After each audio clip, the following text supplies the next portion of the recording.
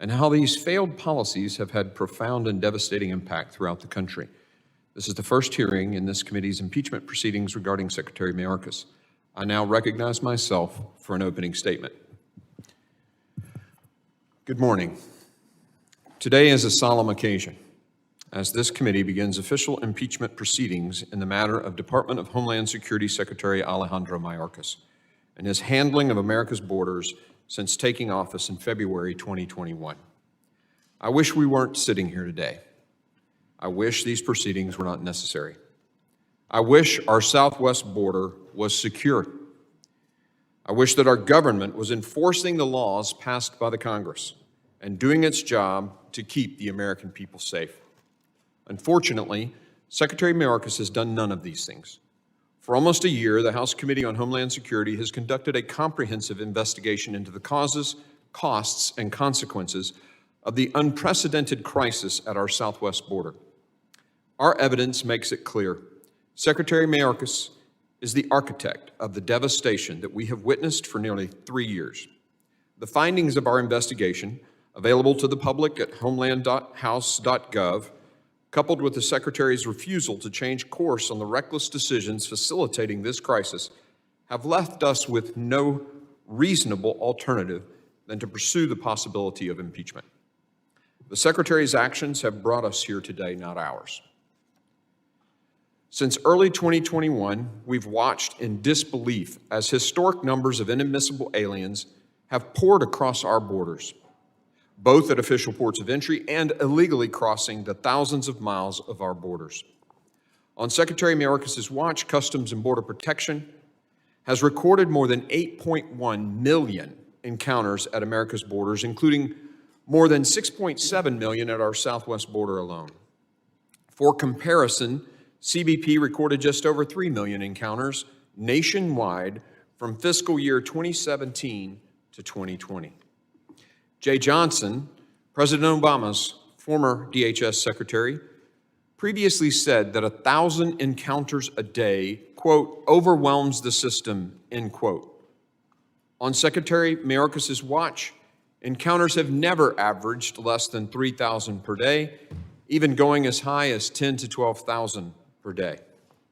Just a few days ago, internal CBP numbers leaked to the media showed another 302,000 encounters at the southwest border alone in December. By far an all-time record. That's nearly enough people to fill the Rose Bowl 3 times in just 1 month. In addition to these catastrophic numbers of the record 1.8 million known gotaways who've entered the country on Secretary Mayorkas' watch, individuals that Border Patrol agents know slip across our border, but are not apprehended in large part because the cartels overwhelm the agents with large groups of coyote, paid, and escorted migrants. The agents see them and they count them, but they cannot apprehend them. But the numbers are most certainly far worse. As agents are moved to crossing sites to process migrants and the border is completely unmanned, there are no agents present to count the known gotaways. The number of unknown gotaways is no doubt enormous. Thousands of agents have been pulled off the front lines to process and release into our country record numbers of illegal aliens who know they will be released into the country and given a free bus or plane ticket to the city of their choice. I ask you to watch this video.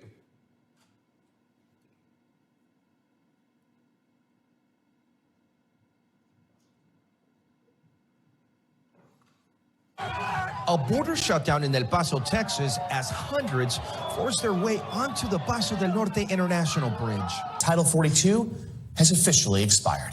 Homeland Security officials say illegal border crossings topped 10,000 per day this week, the highest levels ever. Thousands of migrants in central Mexico continue to travel on freight trains and travel all the way to the southern border, arriving here in Eagle Pass.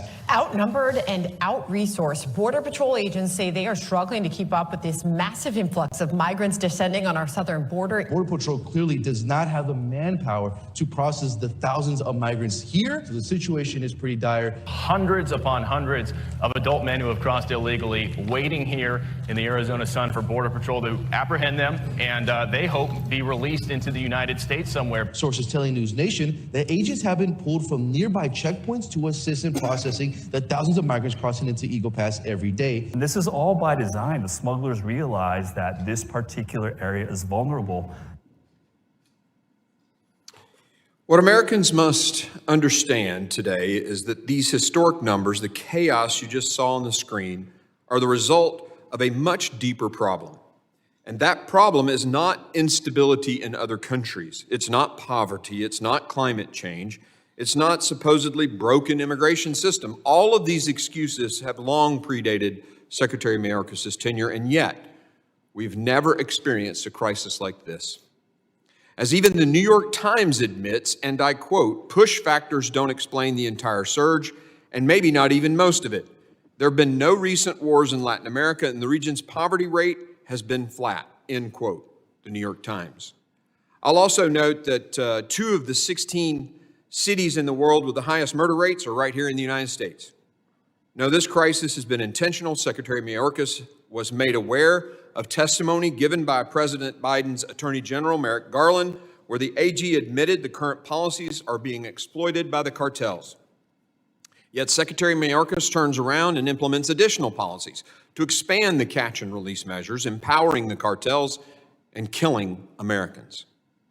After nearly 3 years of watching this unfold, what other conclusion is there but this is an intentional crisis?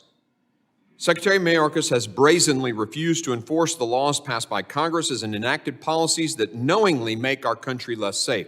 What we're seeing here is a willful violation of his oath of office taken by Secretary Mayorkas. Let me repeat that, a willful violation. Secretary Mayorkas has used mass parole to release more than 1.5 million inadmissible aliens into the country, despite the Immigration and Nationality Act stating that parole is to be used only as an, I quote, case by case, end quote, and quote, temporary basis for a quote, significant benefit or urgent humanitarian reason, end quote.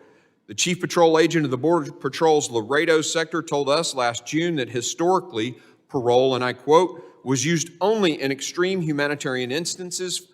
If a child was sick, had to go to the hospital, we'd parole the parent or something like that.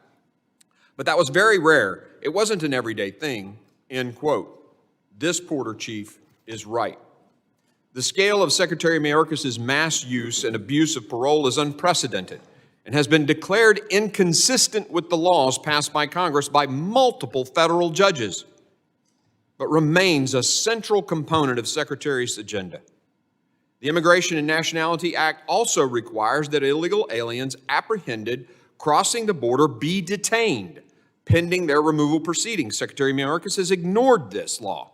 In fiscal year 2013, according to DHS's own numbers, the Obama administration detained 82% of illegal aliens from the moment they were encountered until their case was decided, and another 9% were held for at least some portion of time after that. That's a pretty good track record and under a Democrat administration. In Secretary Mayorkas' first year on the job, that 82% number dropped to just 10%. Illegal aliens not detained at all jumped from 9% to 64% in FY21. In a court opinion earlier this year, federal judge Kent Wetherell wrote, and I quote, "The evidence establishes that in late January or early February of 2021, DHS made a discrete change in detention policy from release only if there is a compelling reason to release unless there is a compelling reason not to," end quote. The deputy chief of the Border Patrol's Yuma sector told our committee in September, quote, "The belief that they are going to be released with no consequences is certainly something that many migrants tell our agents," end quote. On Secretary Mayorkas' watch, that's a pretty good bet. And under his leadership, individuals guilty of violent crimes and even some of on the terrorist watch list have been released into this country.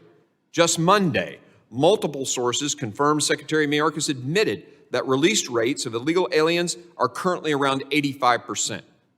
All told, DHS numbers indicate that well over 3 million inadmissible aliens have been released into our country on Secretary Mayorkas' watch. Factor in the 1.8 million known gotaways, the unqualifiable unknown gotaways, that's roughly the population of the state of South Carolina. Not only has Secretary Mayorkas refused to detain these individuals in accordance with the law, but he has also made it nearly impossible for Immigration and Customs Enforcement to remove them. His policies have largely restricted the ability of ICE to detain and remove the population of illegal aliens. ICE removals dropped from more than 267,000 in FY19 to less than 60,000 in FY21 and 70,000 in 22. The FY23 numbers were better, but were still more than 40,000 fewer than the lowest year of the last administration, which largely occurred in the midst of the COVID pandemic. Criminals as a percentage of all ICE arrests went from around 90% in FY 2020 to just 43% in FY 23. The Secretary is not even living up to his own flawed standards that supposedly prioritize threats to public safety.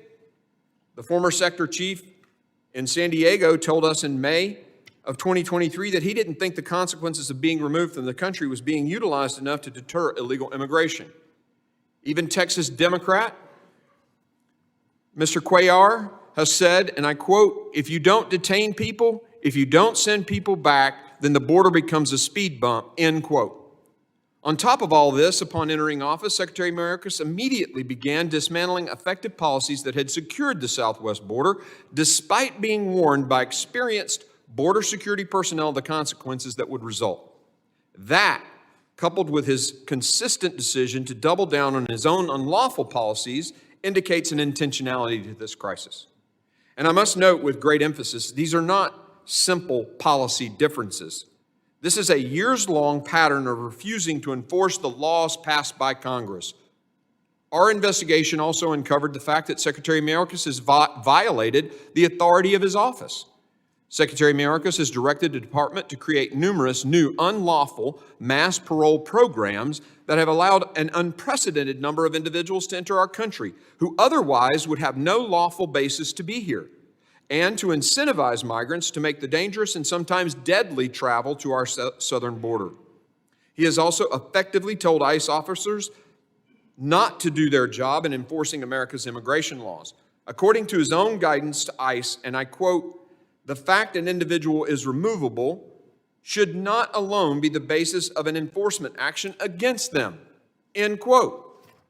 And quote, "Our personnel should not rely on the fact of conviction," end quote, "for a flatly deportable crime, but must consider," quote, "mitigating factors that ameliorate in favor of declining enforcement action," end quote. He has even overseen the reckless and irresponsible use of federal law enforcement personnel to sweep under the rug the mess he's made at the southwest border. Border Patrol agents from the northern border have been deployed to the southwest border to assist in processing and releasing illegal aliens into the interior. Hundreds of law enforcement professionals from Homeland Security investigations have been pulled from serious investigations like sex crimes, child exploitation, and other atrocities to perform administrative functions at the border. One whistleblower claimed that his team was told to shut down its investigations and were then sent to the border to make sandwiches. The Secretary has abused his authority and put Americans at risk. Secretary Mayorkas has repeatedly lied to the American people and to the United States Congress. Our investigation uncovered more than 100 instances where Secretary Mayorkas misled the public. Notably, he claimed in April 2022 hearing to have operational control of the southwest border as defined by federal statute. This was false. He then told another lie by claiming in subsequent hearings that he does not use the statutory definition of operational control, despite doing so in that 2022 hearing. Watch for yourself. Will you testify under oath right now? Do we have operational control, yes or no? Yes, we do. And we have operational control of the borders. Yes, we do. And Congressman, And we are working to... Listen what operational control define. In this section, the term operational control means the prevention of all unlawful entries into the United States, including entries by terrorists, other unlawful aliens, instruments of terrorism, narcotics, and other contraband. Do you stand behind your testimony that we have operational control in light of this definition? And Congressman, I think the Secretary of Homeland Security would have said the same thing in 2020. and in 2019. That's the definition of Based operational upon the control. definition you have, sir, up there, no. We don't have operational control. No, sir. With respect to the definition of operational control, I do not use the definition that appears in the Secure Fence Act. Do you admit that your policies have led the country farther away from operational control of the border as defined by the Congress? Congressman, no, I do not. If you will recall when you testified here in front of me when I asked that question, when you very clearly stated, we do have operational control. When presented with the actual definition of operational control, you didn't hesitate. You said, I do. And you, in fact, then referred back and said, I believe that my predecessors would have said the same thing. You looked straight at the American people, straight at me, straight at every person on this committee, and said, we have operational control. Why? Congressman, 2 points. One, you did not let me complete my answer. Two, hold on. Or give me your second point. Go ahead. Thank you. Two, the Secure Fence Act defines operational control as not a single individual crosses the border. I'm aware. I read it, and I read it to you, and you read it, and in fact, you said, I do. You didn't hesitate. You didn't say, I do. I need to explain what I mean by I do. You said, I do, over and over again. Secretary Mayorkas told this very committee in September 2021, and I quote, "The border is no less secure than it was previously," end quote. CBP recorded more than 192,000 encounters at our border that month alone, compared to around 58,000 the prior September. It was clear the border was not secure, so why did he mislead Congress? Another video, please.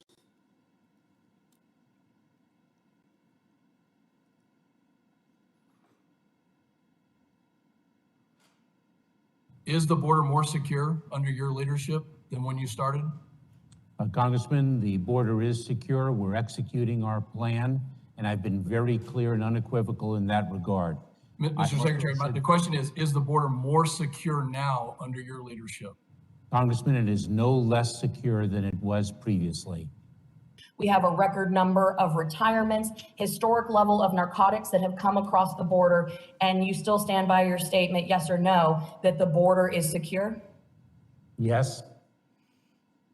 He even stood at the White House podium in September 21 and falsely accused mounted Border Patrol agents in the Del Rio sector of whipping illegal aliens crossing the border. Earlier that same day, DHS emails showed that his staff had informed him that an eyewitness said no whipping occurred, yet he advanced the narrative at the highest levels anyway. One sector chief told us, and I quote, "We never whipped anybody. It was never really cleared up, and that takes a toll on our agents," end quote. Please play the video. We are very troubled by what we have seen. One cannot weaponize a horse to aggressively attack a child. We know that those images painfully conjured up the worst elements of our nation's ongoing battle against systemic racism. First of all, the images, as I expressed earlier, the images horrified us in terms of what they suggest and what they conjure up in terms of not only our nation's history, but unfortunately the fact that that page of history has not been turned entirely. And that means that there is much work to do, and we are very focused on doing it. An email obtained through a records request reveals that DHS Secretary Alejandro Mayorkas was privately alerted by DHS officials that the whipping narrative behind the infamous horseback Border Patrol photos wasn't true. But at a press conference hours later, Mayorkas didn't stop or dispute that narrative. This is just a taste of Secretary Mayorkas' misconduct. However, I want to close by reminding everyone that we're here today not only because House Republicans are determined to hold Secretary Mayorkas accountable, but because more than 200 House Democrats voted on November the 13th to refer articles of impeachment to our committee. We're now acting in a bipartisan way, I suppose, in taking up those very articles. And I briefly want to make it clear to the American people. Secretary Mayorkas' refusal to follow the law is sufficient grounds for impeachment proceedings. The constitutional history is overwhelmingly clear on this subject. The founders designed impeachment not just to remove officials engaged in criminal behavior, but those guilty of such gross incompetence that their conduct had endangered their fellow Americans, betrayed the public trust, or represented a neglect of duty. According to one scholar, there is, and I quote, a settled understanding beyond dispute that impeachable offenses are not limited to prosecutable crimes. Rather, the framers of the Constitution understood, and the House of Representatives has consistently concluded, that the impeachment power reaches all manner of gross misconduct in office that does serious harm to the U.S. political system, the U.S. constitutional order, or the people of the country. The actions, policies, and statements of Secretary Mayorkas easily meet the standards, end quote. Over the next few hours, you might hear a lot about process and procedure, and after a thorough year-long investigation, this committee is following the Constitution and procedure as directed by the House's vote this past November. Make no mistake, attacks on the integrity of the process are meant to distract you from the deadly consequences of our open border. Unprecedented cartel control of our southwest border with record amounts of fentanyl flooding across between ports of entry and into our communities, killing tens of thousands of Americans every year. Over 300 individuals on the terrorist watch list apprehended illegally crossing the southwest border since FY 2021, compared to just 14 from FY 2017 to 2020. Families devastated by violent criminal aliens who have committed murder, rape, and assault, to say nothing of the vehicular crimes committed. CBP and ICE personnel losing faith in their mission.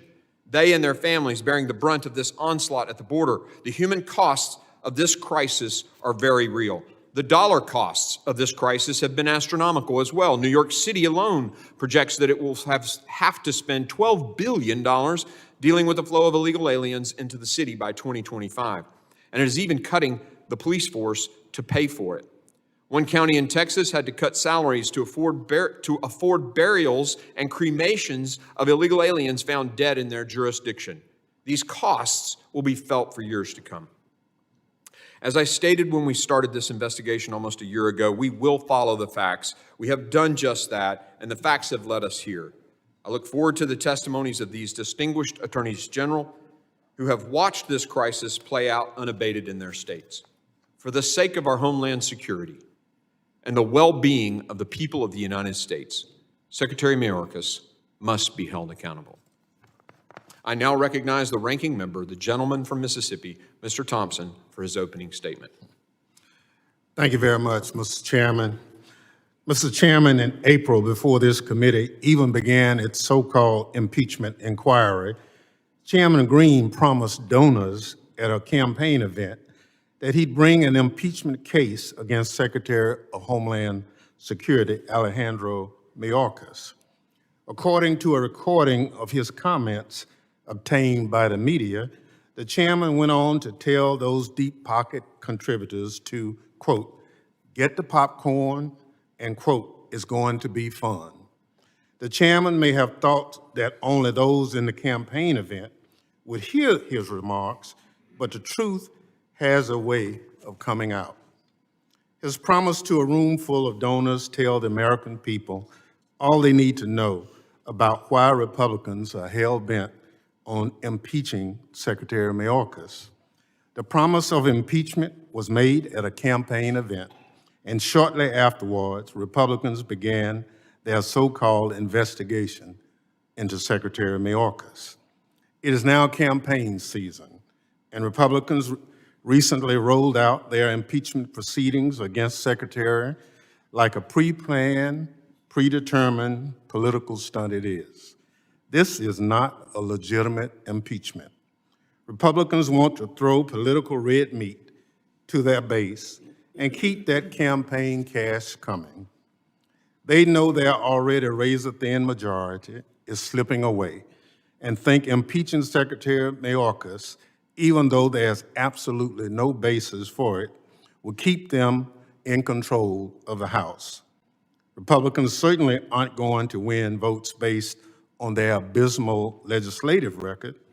This has been the most unproductive, dysfunctional Congress in memory. They kicked their own speaker out and then couldn't agree on a new one. They paralyzed the House for weeks while they fought among themselves. They've struggled to keep the government funding and are continually on the verge of shutting it down. A member of their party was expelled for lying about practically everything in his life. Extreme MAGA Republicans have created this impeachment circus sideshow, in part to try to distract from their own failures. They took their sideshow on the road recently, traveling to the border to stand behind a podium, making canned speeches and posing for photo ops. But for all their border security bluster, Republicans opposed funding necessary to secure the border.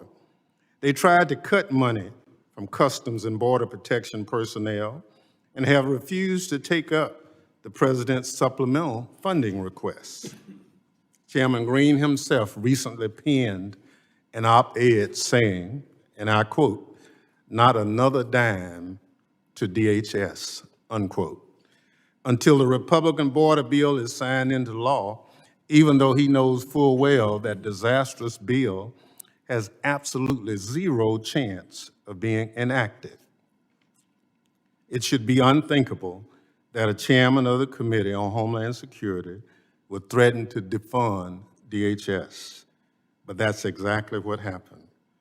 This is funding our frontline border and immigration agencies need to better secure the border. Republicans have tried to excuse their opposition to border funding by claiming that Border Patrol doesn't want more funding, but that is blatantly false. In interviews with the committee, Border Patrol chiefs unequivocally supported more resources. Republicans know that. They were in the room, and they have the transcripts. But let me refresh their memory. Jason Owens, currently the chief of the Border Patrol, said, "We always need more agents." Chief Modlin in Tucson, an agency, "We need a lot more people." From Chief Heike in San Diego, "We always need resources and technology." From Chief Bovino in El Centro, "The additional resources is the correct technology assist with control of the border." And finally, from Chief Savez in El Paso, "Providing support for critical positions and resources by Congress really does impact positively the deployment of agents to the front line." Every one of these chiefs told the committee that having more resources would help them better secure the border. Republicans go to the border in dress pants and polo shirts to pose for pictures, but then leave the hardworking agents in uniform and work boots behind without the resources they asked for. Democrats want to give border agents what they need to secure the border, and Republicans do not. The truth is, securing the border isn't really the Republicans' top concern. If it was, they'd provide the people with boots on the ground at the border what they need to get the job done. Republicans would rather exploit a challenging policy issue for their own perceived political gain. Republicans disagree with the Biden administration's border and immigration policies. They're angry that this administration won't take babies from their moms or put kids in cages like the last administration. You cannot impeach a cabinet secretary because you don't like the president's policies. Let me say that again. You cannot impeach a cabinet secretary because you don't like a president's policies. That's not what impeachment's for. That's not what the Constitution says. Republicans are willing to do grave damage to the Constitution they claim to hold dear because they think it will benefit them politically. And in doing so, they're targeting Secretary Mayorkas, a public servant who spent his distinguished 30-year career serving our country as a federal prosecutor and in leadership positions across the Department of Homeland Security. The facts show Secretary Mayorkas is doing his job across the department's many critical Homeland Security missions, including border security and immigration enforcement. Despite what Republicans would have Americans believe, Secretary Mayorkas is enforcing immigration law.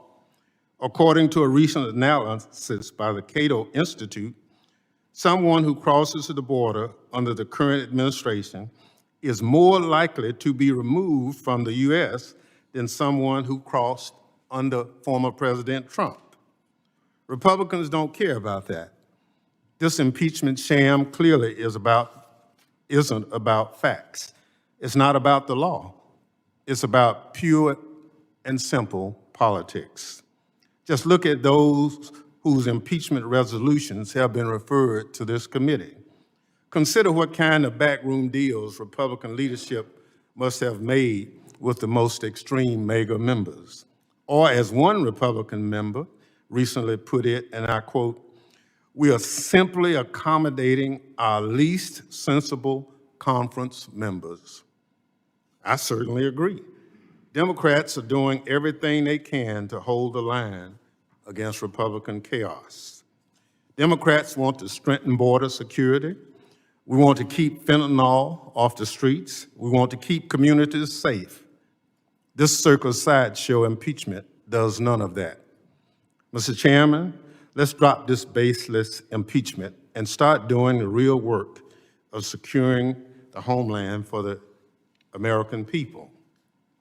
Before I yield back, however, Mr. Chairman, I have some parliamentary inquiries.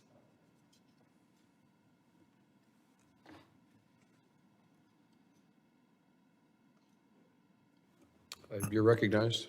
Mr. Chairman, isn't it true that there's no language in either Rule 10 or Rule 11 that grants the Committee on Homeland Security jurisdiction over the impeachment of any federal officer?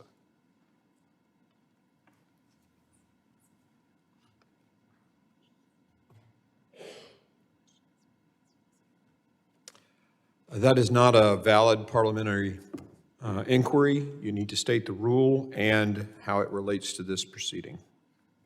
That's why it's an inquiry, because I'm referencing either Rule 10 or Rule 11 that grants the Committee of Homeland Security jurisdiction over impeachment of any officer.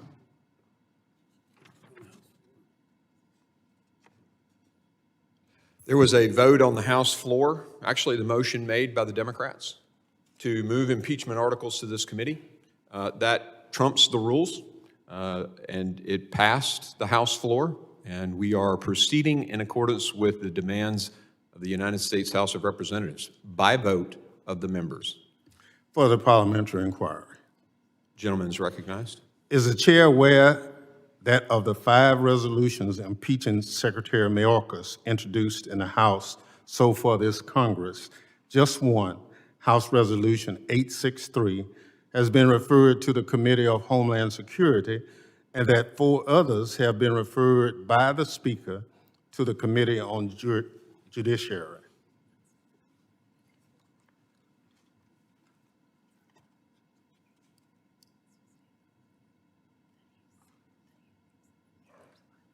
Again, I need to know the rule that you think this is in violation of, so it's not a correct parliamentary inquiry.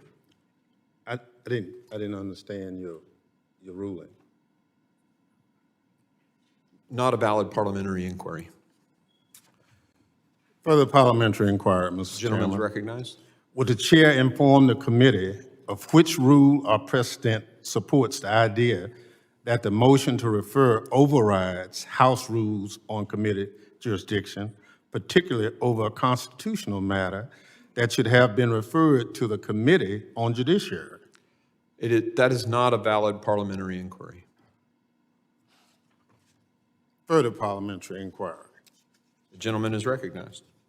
Has the full House authorized this impeachment inquiry, such as it did on January 14th, 1876, for the investigation of then Secretary of War William W. Belknap, or such as the House did on December 13th, 2023, for the investigation of President Biden? Again, not a valid parliamentary inquiry. The House of Representatives voted to send this to this committee? Further parliamentary inquiry. The gentleman is recognized. Is the chair aware that the Committee on the Judiciary adopted internal rules of procedure for the conduct of its impeachment inquiry of ex-President Trump in 2019? And does the chair intend to follow suit and adopt additional committee rules to ensure due process for Secretary Mayorkas in this as yet unauthorized inquiry? Again, not a valid parliamentary inquiry. Further parliamentary The inquiry. gentleman is recognized. And in reference to the Secretary's right to due process, I have the following parliamentary inquiry, Mr. Chairman.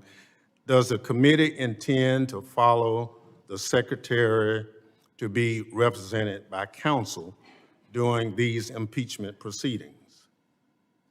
The committee will follow the rules of the House on that measure. So do I understand that Secretary Mayorkas will be allowed counsel? The committee will follow the rules of the House on that.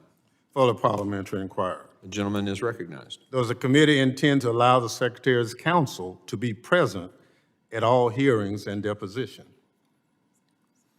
The committee will follow the rules of the House. Additional inquiry. The gentleman is recognized. Does the committee intend to allow the Secretary's counsel to present evidence and object to the admission of evidence? The committee will follow the rules of the House. Is that a no? The committee will follow the rules of the House. So do the rules allow it? That's my point.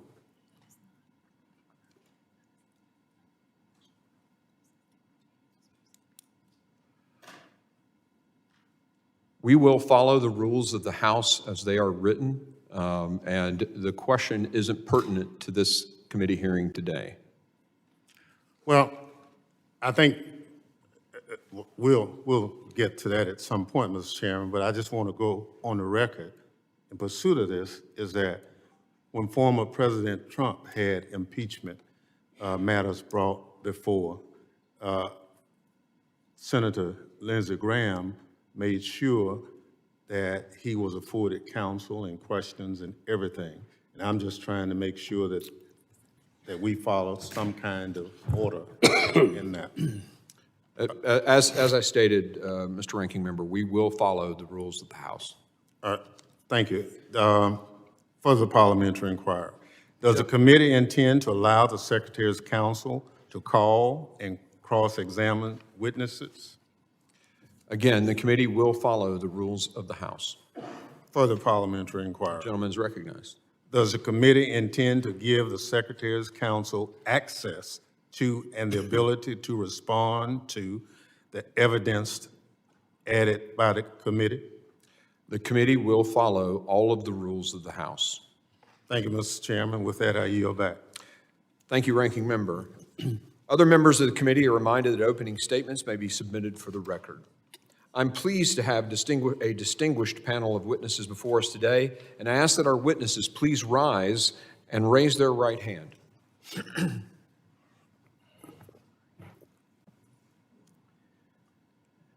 Do you solemnly swear that the testimony you will give before the Committee on Homeland Security of the United States House of Representatives will be the truth, the whole truth, and nothing but the truth, so help you God?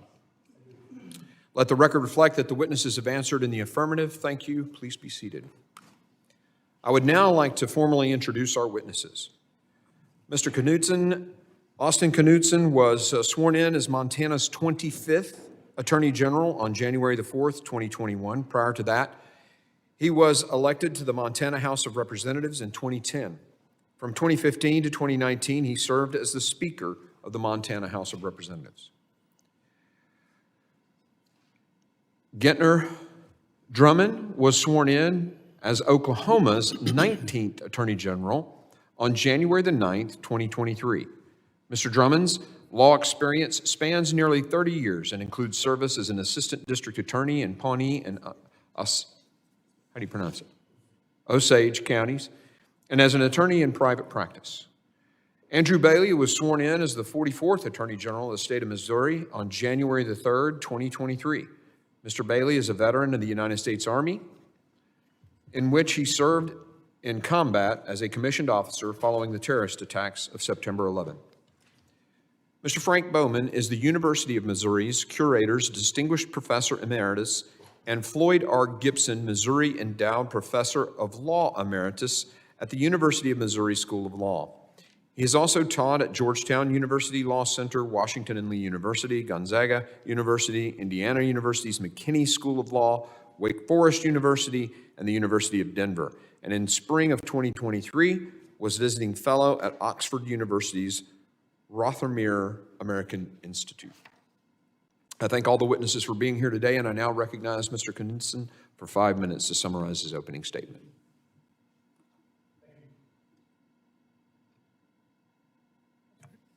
Thank you, Mr. Chairman, members of the committee, Chairman Green, Ranking Member Thompson, members of the distinguished committee. My name is Austin Knudsen, Montana Attorney General. As the Attorney General and Chief Law Enforcement Officer for the state of Montana, I'm grateful for this committee's attention to how Secretary Alejandro Mayorkas' failed leadership has impacted states like Montana. The southern border certainly presents a difficult challenge for any administration, but Secretary Mayorkas and the Biden administration have absolutely poured gasoline on this fire. The southern border and the drugs flowing across it into communities large and small across our nation are ultimately the reason that I am the Attorney General of Montana today.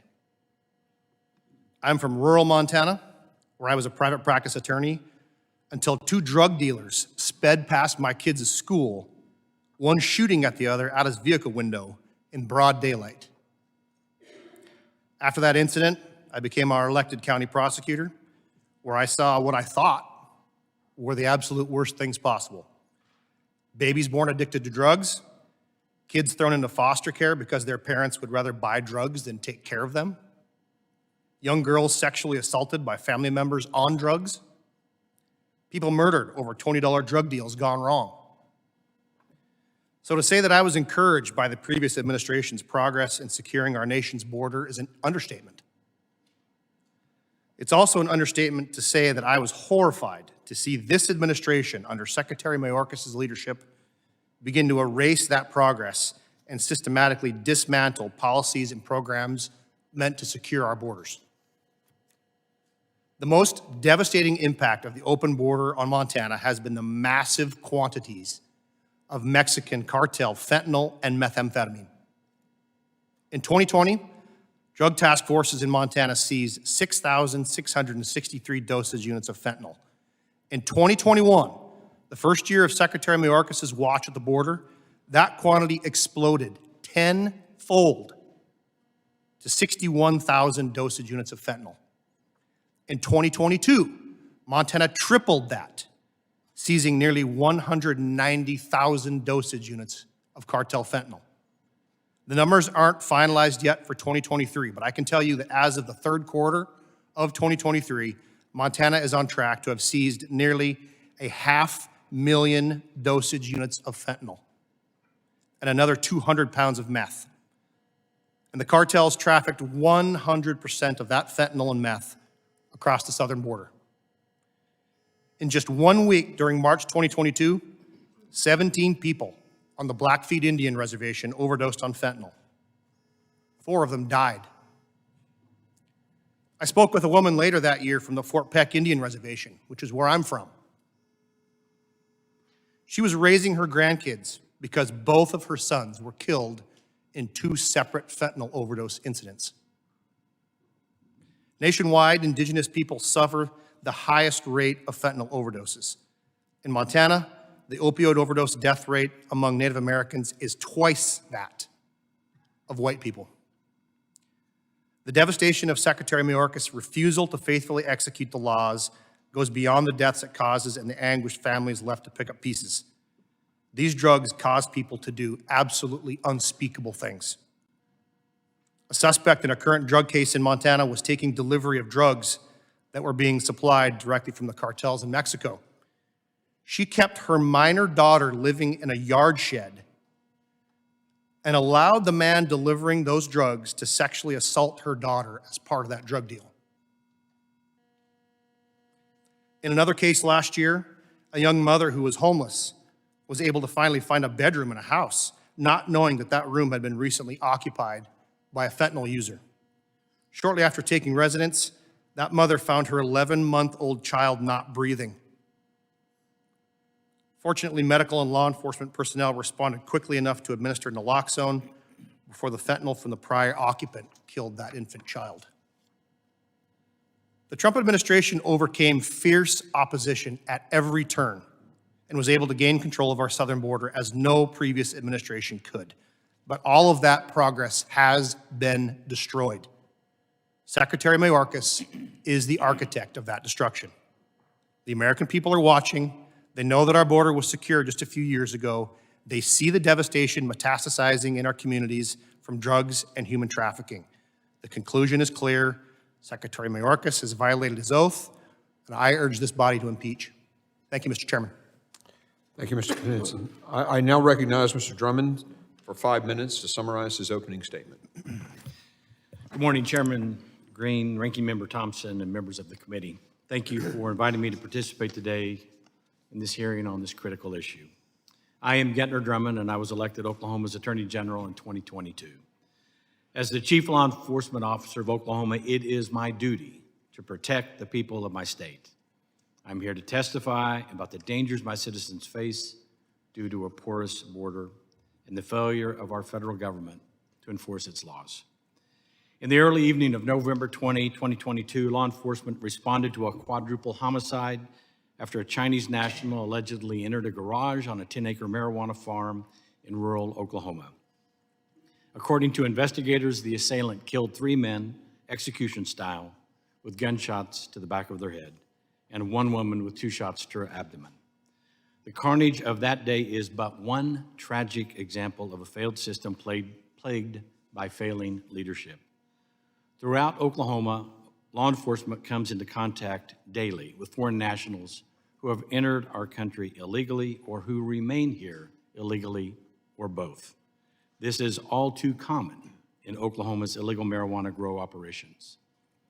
The voters of Oklahoma legalized medical marijuana in 2018. While that legalization led to the legitimate cannabis business-related businesses throughout our state, organized criminals have overtaken the industry. Our law enforcement partners report that the foreign nationals most often involved in these illegal enterprises come from China and Mexico. The one thing these criminals have in common is that they have no regard for our laws or public safety. Criminal illegal immigrants are not content with growing only black market marijuana. They also produce and distribute fentanyl, and they engage in sex trafficking and labor trafficking. Oklahoma's law enforcement community fights a constant battle against these evils. The Oklahoma Bureau of Narcotics and Dangerous Drugs, the Oklahoma State Bureau of Investigation, and scores of local law enforcement agencies deserve much praise for their great and heroic efforts. While there have been many great successes, the ongoing border crisis ensures a never-ending flood of illegal foreign nationals who continue to perpetrate crimes that endanger our people. When I was sworn in as Attorney General, I pledged to the people of my state that I would do everything in my power to protect them from these dangerous criminals. I petitioned our legislature for greater resources and broader authority to combat the threat. They responded with millions of dollars for equipment and personnel, and they granted my office more power to fight this criminal epidemic being fueled by our border crisis. In response, I established the Organized Crime Task Force, the first of its kind for Oklahoma, and it is needed primarily because federal officials have failed to enforce the laws and to secure our border. In the short 7 months since its creation, the Organized Crime Task Force has investigated and is prosecuting more than 50 complex, multi-jurisdictional criminal cases. The vast majority of these cases involve Mexican or Chinese drug syndicates. These illegal foreign actors burden my state with additional costs that cannot be fully quantified. For instance, the Oklahoma Department of Corrections reports that it is currently housing more than 500 illegal immigrants convicted of various violent crimes. Before those criminal aliens were sent to the Department of Corrections, they were in custody of our local jails, which have their own costs for housing. Likewise, there is a significant cost for law enforcement in the investigating of these crimes and for the prosecutors who prosecute them. The unsecured border contributes to costs beyond the criminal justice system as well. While it is not possible to ascertain the exact amount of the cost, it is easy to understand the magnitude. Illegal immigration costs Oklahoma taxpayers more than $750 million each year with a minimal offset return. Mr. Chairman, members of the committee, I believe it is time for accountability. The people of Oklahoma don't deserve to live under constant threat from criminal foreign nationals. We don't deserve to have our communities flooded with illegal drugs that were smuggled across an unsecure border. And we don't deserve to have our loved ones ripped away by those same drugs. I ask you to remember the people of Oklahoma as you deliberate. Remember the murder victims, remember the drug overdose victims, and the families who mourn them. And of course, please remember the law enforcement officers who risk their lives every day to protect us from it all. Thank you. Thank you, Mr. Drummond. I now recognize Mr. Bailey for 5 minutes to summarize his opening statement. Distinguished members of the committee, thank you for the opportunity to appear before you this morning. My understanding of border security comes from direct, hands-on experience securing a nation's border. It was earned on a barren desert battlefield half a world away from the turret of an M2 Bradley fighting vehicle. In 2005, as a newly minted second lieutenant in the United States Army, my platoon deployed to the Nineveh province, Iraq, under the command of then Colonel H.R. McMaster. It was tasked with securing the border between Iraq and Syria. Our mission was simple: close the border. And that's exactly what we did. We did not capture people and release them into the interior of the country. We did not hand out citations and ask individuals to report back in 10 years. No, we closed the border to ensure the country was safe. Since 2021, more than 8 million illegal immigrants have entered the United States, and that is more than the population of my home state of Missouri. These numbers are not an accident. There is only one reason 8 million people illegally cross a sovereign nation's border: because they know that they can get away with it. And why wouldn't they? In the last 3 years of Secretary Mayorkas' reign, there has been an orchestrated lack of enforcement of our nation's immigration laws. He has failed to do that which is most fundamental to his mission: protect our border. That failure has not only led to today's impeachment proceeding, it has given rise to an unprecedented level of state actions necessary to fill the vacuum created by the Secretary's refusal to do his job. I'd like to highlight for you a few of the actions my office has taken as we fight to secure the southern border. One of those is our fight to force him to finish President Trump's border wall. In an interview last Wednesday on CNN, Secretary Mayorkas stated, "We need additional resources and we need them now." Our lawsuit proves he already has funding, he just refuses to use it. In fiscal year 2020, Congress appropriated funds explicitly for the purpose of constructing barrier systems at our southern border to keep unauthorized individuals out of our country. In the appropriation, Congress explicitly stated the money shall only be available for the construction of barrier systems along the southwest border. Secretary Mayorkas and his administration refused to comply with Congress's command. Missouri immediately filed suit. DHS attempted to argue we did not have standing to challenge its refusal to use the funds, but the Fifth Circuit Court of Appeals ruled that states can indeed bring such a challenge. That ruling cleared the way for our lawsuit against the Secretary's refusal to finish President Trump's border wall, and it allowed the lawsuit to move forward. So while we battle in court over Secretary Mayorkas' refusal to use taxpayer dollars in the manner Congress explicitly prescribed, we have little sympathy for his pleas for more resources. Rather than find ways to secure our border, Secretary Mayorkas has been busy enacting policies to make it easier to enter our country illegally.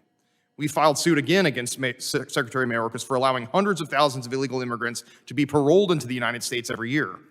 Parole allows non-citizens to physically enter and remain in the United States for up to 2 years or even longer while their application is reviewed without lawful status. We also filed suit to halt Secretary Mayorkas' attempt to implement a rule that redefined what had previously been considered an illegal border crossing as a lawful pathway. Rather than acknowledge the root cause of the influx of illegal immigrants pouring over our border, the Secretary tried to define the problem away by simply making something that was once illegal something legal without congressional authorization. Mayorkas' process would allow vast numbers of illegal immigrants to enter the country and receive instant work authorization under bogus asylum claims.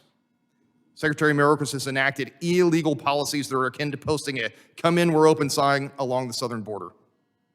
Without taking responsibility for the consequences of his actions, states are then forced to bear the enormous cost of Secretary Mayorkas' failure. The states should not need to do the federal government's job for them. Secretary Mayorkas swore an oath to faithfully execute the laws of our land. In Missouri, we remove officials who do not do their jobs because we have seen firsthand the catastrophic toll it takes on entire communities. My office was forced to take action to remove a Soros-backed prosecuting attorney from office for her refusal to do her job that resulted in the killing and maiming of countless Missourians. Since we took action, order has been restored to the city of St. Louis. It is rightful for Congress to consider removing a government official who refuses to do his job for the same reason, to restore order. We have reached a point of no return. We're doing everything we can at the state level to rectify this disaster, but Congress has a role to play for accountability. While we battle in the nation's courts, Congress must use every tool at its disposal to obtain accountability for the American people. I thank the committee for its time and welcome its questions. Thank you, Mr. Bailey. I now recognize Mr. Bowman for 5 minutes to summarize his opening statement. Chairman Green, Ranking Member Thompson, members of the committee, I'm honored to address this committee, and I'm also pleased to share the witness table with 3 distinguished elected officials, one of whom, immediately to my right, Mr. Bailey, I last remember seeing around 2011 as a second-year law student in my evidence class at Mizzou. As Attorney General of Missouri, he's surely come up in the world. Congratulations to you from an old professor. I, on the other hand, remain simply an old professor. I understand this to be the first in a series of hearings on whether constitutional grounds exist to impeach Homeland Security Secretary Alejandro Mayorkas.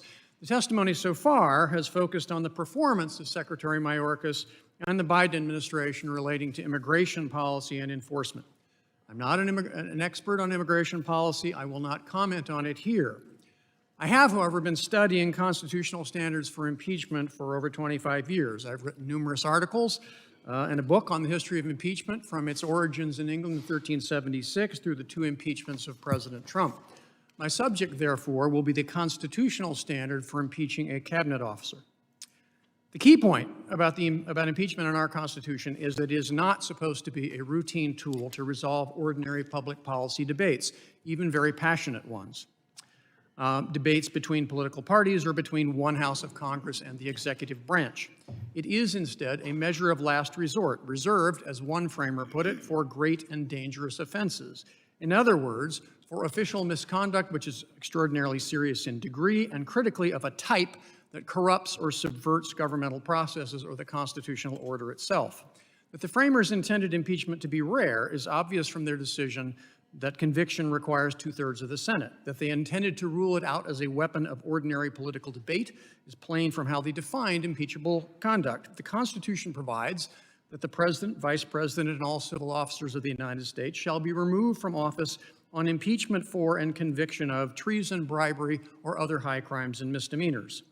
A cabinet secretary is a civil officer subject to impeachment, but a cabinet secretary, like the president, is not impeachable unless he's proven to have committed treason, bribery, or other high crimes and misdemeanors.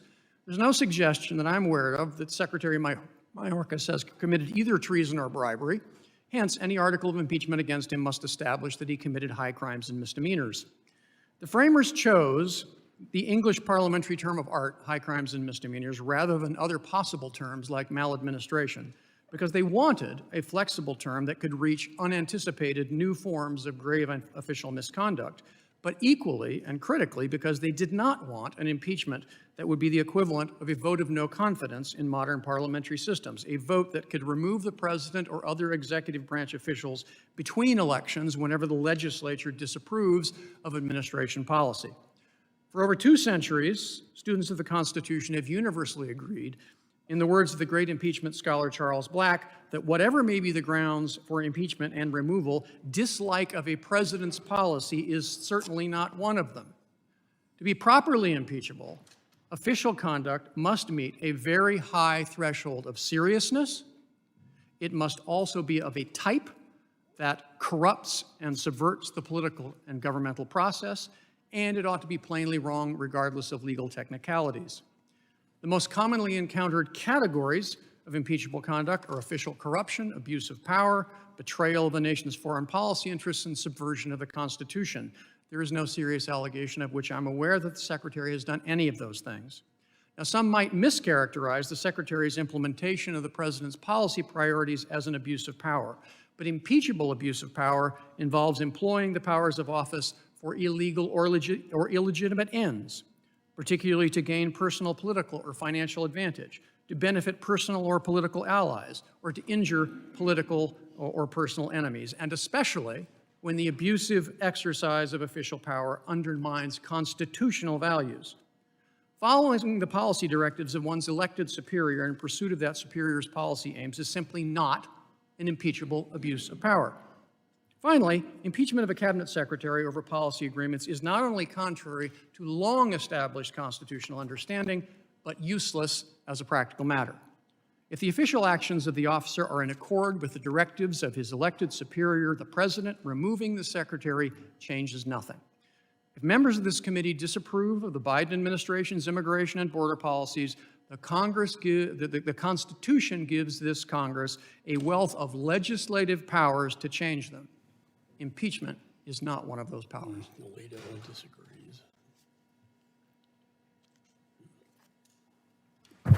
Thank you, Mr. Bowman. Members will be recognized by order of seniority for their 5 minutes of questioning.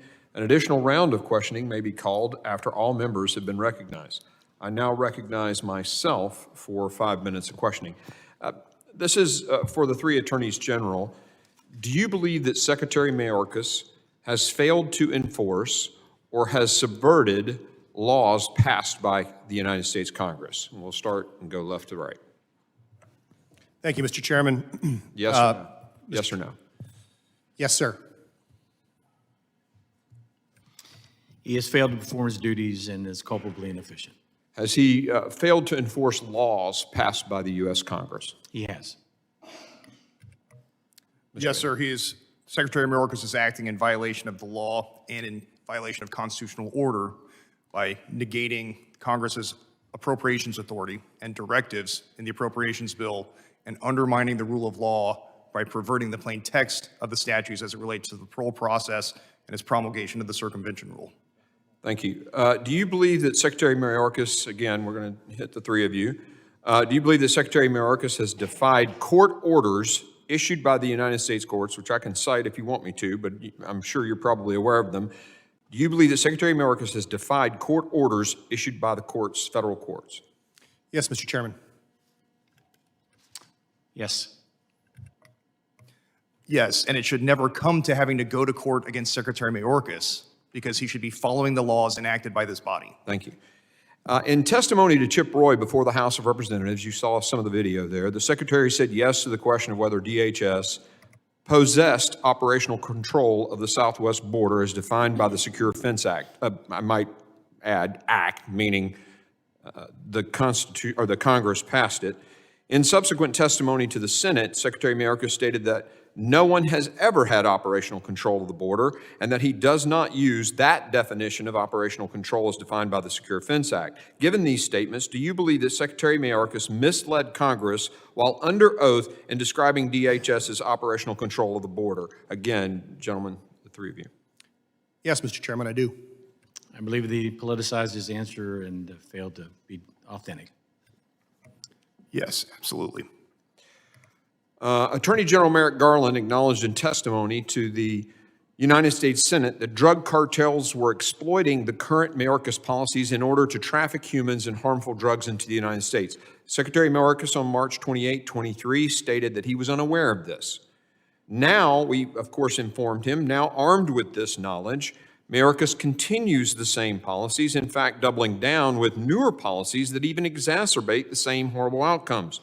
Do you think Secretary Mayorkas is doing this with full knowledge that these cartels are exploiting his policies? Mr. Chairman, there's no doubt there is ample evidence out there that human trafficking and drug trafficking are increasing at an exponential level at the southern border, yes. And Mr. Chairman, based on my testimony today and the facts that are well known by the Secretary, there's a porous border that's feeding constantly illegal actors in Oklahoma. Mr. Bailey. Yes, his unlawful behavior as it relates to the circumvention rule and subversion of the parole process exacerbate and encourage the cartels and cede control of the border to the cartels in ways unimaginable prior to these policy positions. Thank you. Where impeachment is concerned, the scale is very important. How would you describe the scale or comparable size of this border crisis based on your law enforcement experience? And we'll start with Mr. Knudsen. Thank you, Mr. Chairman. Based on my prior prosecuting experience, I can tell you since 2020, the fentanyl and human trafficking specifically, fentanyl and methamphetamine trafficking have increased in my state. There's no other word than meteoric. I can tell you about the first fentanyl case that I prosecuted in 2019. That was a relatively small amount by today's standards, but at the time we thought that was a large bust. And again, that was in 2019. Our seizure numbers from our various drug task forces, our various federal partnerships bear that out categorically. Fentanyl in Montana is by far our largest public safety issue, and it's just exploded under this administration. Our seizure numbers bear that out. I'm going to go ahead and sort of interrupt my own question because my time is running out. I know Mr. Bowman mentioned the term great and dangerous threat to the United States. I'll ask the last two of you, do you feel that the hundreds of thousands who've died to fentanyl overdose, the crime that's exponentially increased, the increase in terrorist activity, or terrorists coming across the southern border, do you think it's great and dangerous, Mr. Drummond? It is great and dangerous. We have collision between Chinese and Mexican cartels. Mr. Bailey, very quickly. Yes, absolutely. The Missouri State Highway Patrol, a single law enforcement agency in the state of Missouri last year, seized 12,500 grams of fentanyl. That's enough to kill every Missourian. Thank you, and I yield. I now recognize the ranking member for his 5 minutes of questioning. Thank you very much, Mr. Chairman. Mr. Chairman, I've been on this committee since its inception and have served as a top Democrat since 2005. During that time, Democrats and Republicans have engaged in spirited debate over policy, both with each other and with various administrations. At the end of the day, however, we always came together to make the homeland more secure for the American people. This has been our committee's reputation, and as a point of pride for me and all my Republican counterparts, from chairs and ranking members. Today marks a dramatic shift from the committee's record of sensible bipartisan policymaking. We used to come together to resolve policy disputes, but now Republicans are trying to use the awesome power of impeachment instead. The Constitution doesn't let us do that. The Constitution requires high crimes and misdemeanors. Professor Bowman, has Secretary Mayorkas, in your opinion, committed high crimes and misdemeanors to meet that requirement? Based on all the information available to me, I have not found any indication that he's committed high crimes and misdemeanors, no. Thank you. Over the weekend, we observed the third anniversary of the January 6th insurrection, during which thousands of angry Trump supporters who had whipped into a frenzy by Donald Trump marched from the White House to the Capitol to obstruct the democratic process. And let's be clear, those individuals were acting on the orders of Donald Trump, who told them, quote, "We fight like hell, and if you don't fight like hell, you're going to not have a country anymore," unquote. That night, most of us were unified in our disgust over the attack on the Capitol and the democratic process. Almost immediately, however, that unity eroded. In the end, only 10 Republicans voted to impeach Donald Trump for engaging in high crimes and misdemeanors by inciting violence against the government of the United States. Professor Bowman, as a constitutional expert, would you agree that inciting an insurrection to obstruct a peaceful transfer of power is an impeachable offense? I do agree, and I think it's notable that not only did 10 members of this body vote to impeach Donald Trump, but when the case went to trial in the Senate, 7 Republican members of the Senate voted for that precise proposition. There was indeed a majority for convicting Mr. Trump of high crimes and misdemeanors, albeit not the 2/3 majority that was required under the Constitution. And yet only 10 Republicans voted to impeach Donald Trump for conduct that is clearly an impeachable offense. But today, Republicans are attempting to impeach Secretary Mayorkas where there are clearly no grounds. Mr. Chairman, this impeachment is a sham and the height of hypocrisy on the part of my colleagues across the aisle. I urge Republicans to put politics aside and get back to the work for the American people. I yield back. The gentleman yields. I now recognize the gentleman from Texas, the chairman of the Foreign Affairs Committee, Mr. McCall. Thank you, Mr. Chairman. This is a solemn occasion, probably the most serious obligation we have in this committee, on this committee. The last time a cabinet member was impeached was during the administration of Ulysses S. Grant many years ago. In my experience, though, as a Deputy Attorney General for Criminal Justice, state of Texas, as a federal prosecutor charged with counterterrorism and national security, and as chairman of this very committee, I've never seen this border more out of control.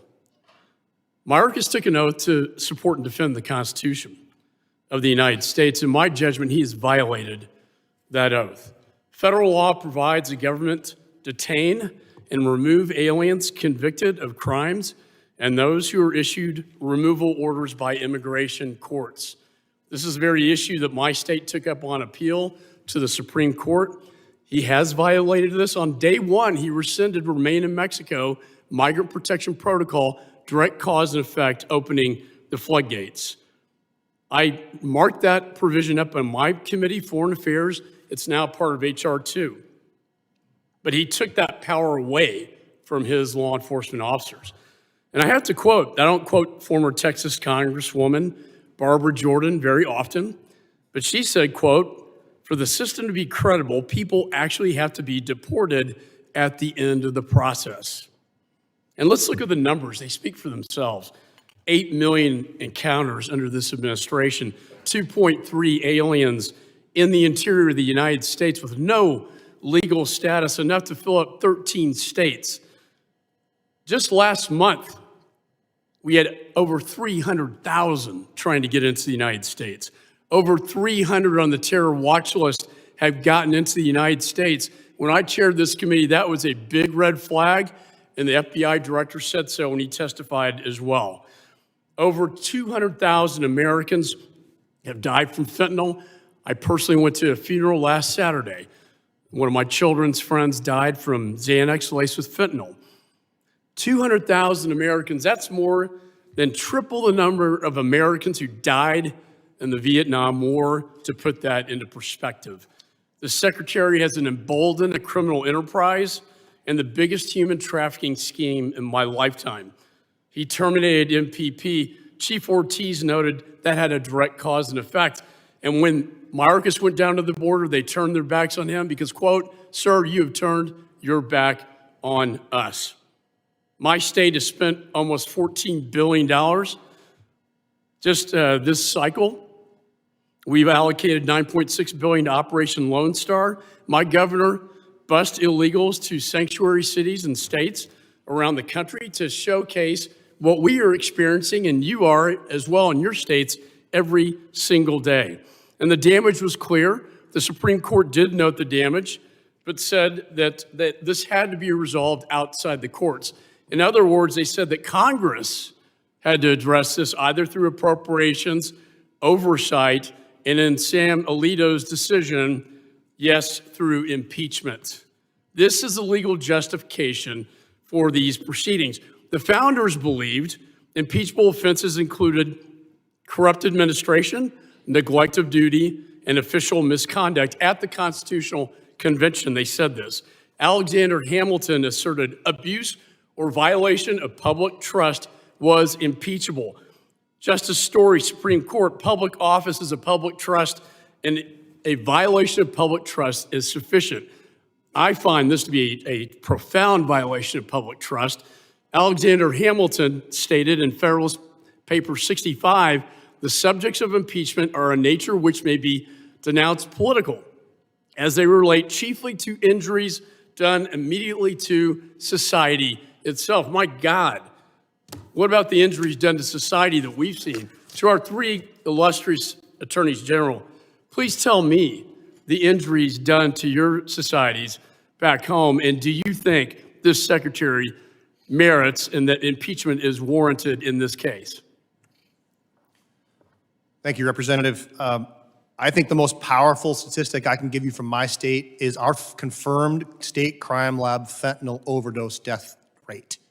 Since 2019, Montana's confirmed fentanyl overdose deaths have increased 1,700%. Congressman, I think that is the absolute strongest indicator. We know where these drugs are coming from.